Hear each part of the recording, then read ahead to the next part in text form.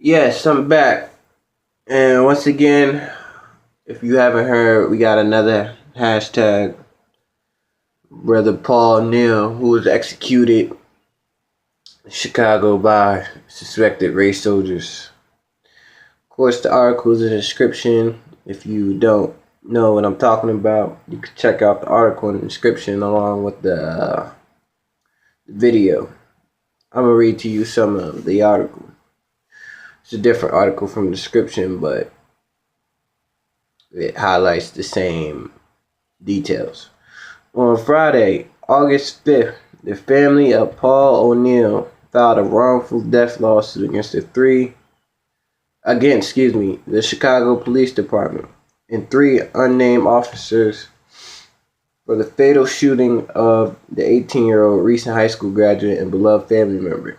This suit was brought on the same day that the video footage taken from officers' body cams were released to the public.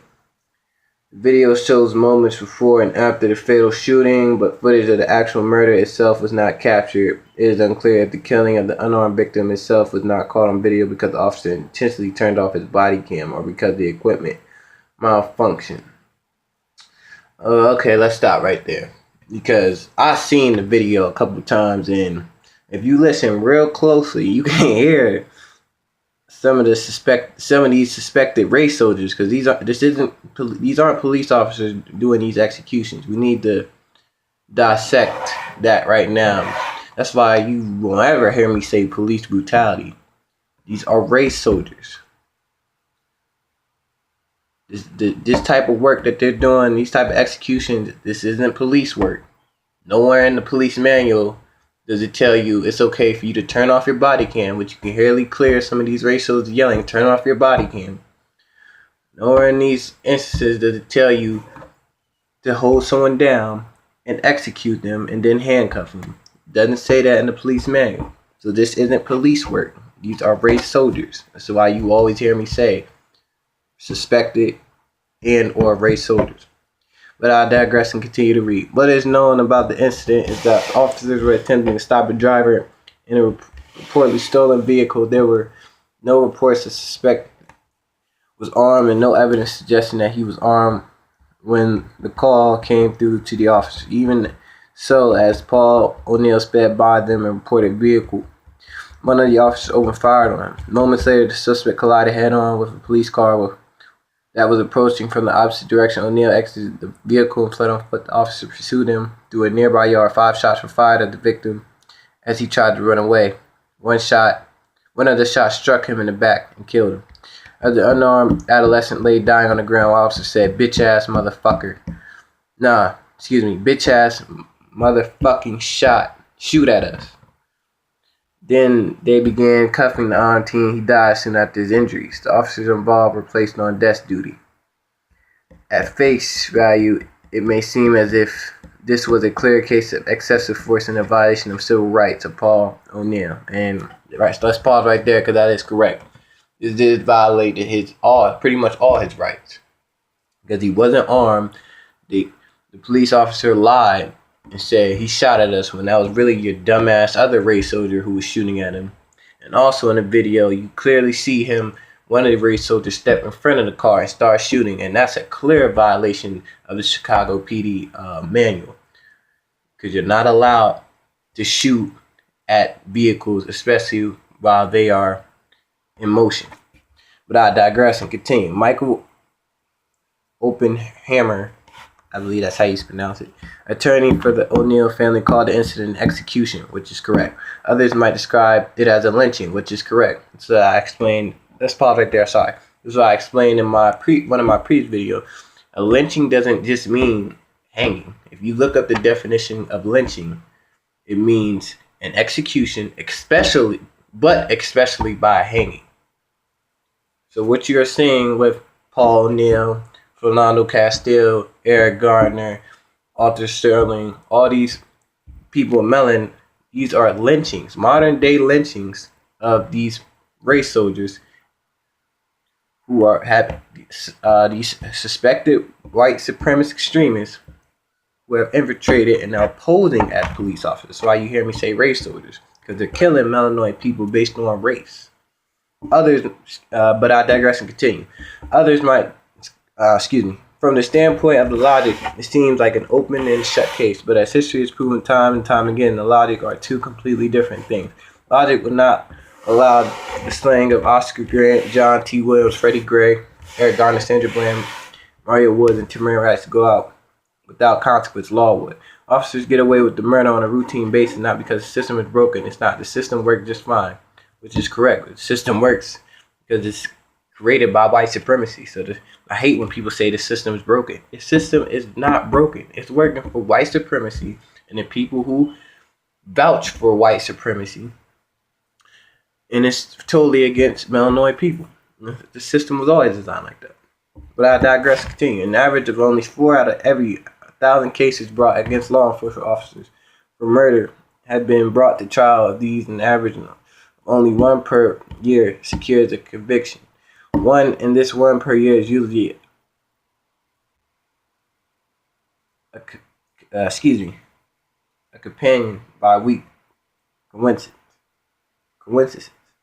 Officers are allowed to commit murder without facing consequences for their actions because the law is designed to allow them to do so.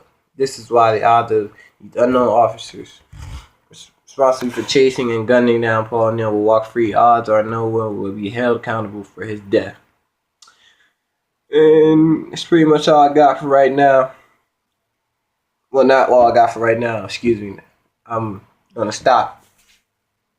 And we're going to talk about this. Because this is, once again, wrong. You're seeing these race soldiers executing people of melanin.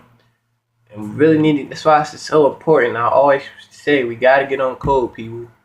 These people, it's like I said, it's an all-out bounty on you. Clearly see in the video after they executed this brother, this race soldier was high-fiving with another race soldier because they know this is it's potential to be a big payday. That's why I tell people, be careful out here driving wherever you're going. You could be, because they target people like me and you who aren't committing acts of crime. They will never go into the hood, for the most part, and shoot up those thugs, so-called thugs and bad people. They target good working, hard working melanoid people. And they will get your kids too. We seen that in the Corinne Gaines case. And I'm probably gonna do that video. I keep saying I'm gonna do that video. I'm gonna do that video, part 2 of that, and explain that her child, who was in this hospital bed, was telling how they deliberately shot him. He was trying to run away from the dangerous situation after he watched them execute his mother on the couch, and he was trying to run out the door with her coward-ass boyfriend, who fled the scene like a coward and didn't stick behind his woman. Because we got a lot of weak-ass, moist-ass niggas out here on that puss boy shit. Scared to stand up for what's right. Scared to die for their freedom. But if it was a nigga coming in kicking their door for some Jordans or trying to steal his Gucci belt or something, he would have died for that dumb shit. But he ain't down to die for his liberation. Little pussy ass. Fuck that nigga. But I digress on him. This is very sad, people. And his family's gonna file a lawsuit.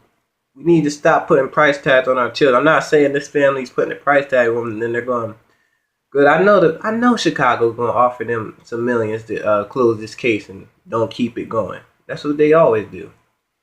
They're going to do that with Trayvon Martin's family sooner or later. They're going to give them a payday. They always do that, which is sad. But I always used to say in my previous video, we need to take it to the United Nations, but they're weak. They need to just come out and say that. They ain't shit. United Nations, the International Court, they're weak because they're controlled by the system of white supremacy. So, I mean, I don't know what we're going to do, man. Because the only option that I see is retaliation. But like I said in my other videos, niggas is too scary for that. Melanoid people as a whole, we ain't ready to retaliate. No, us as a whole ain't ready to die about this. I am. But us as a whole ain't. Which is very sad. We got comfortable slave ass niggas. But like I said, nothing. Odds are, like the article said, nothing's gonna happen to these race soldiers, which is sad. But we allow it because we allow them to come in our neighborhoods and do this to us, and we don't do shit about it. Like I said, like Brother Banner said, if a black cop did this to a white person, he would be in jail forever. Or a group of white people will come to his house and rip him out. That's the only solution I see us having. Because that's all them evil ass crackers know is a foot up their ass. And until we start doing that, this is just you're gonna keep seeing more hashtags like I've been saying. Like I said, rest in power to Brother Paul Neal. Let me know what y'all think. Get in the comments. Check out the article along with the video in the description. Like, subscribe, share the video.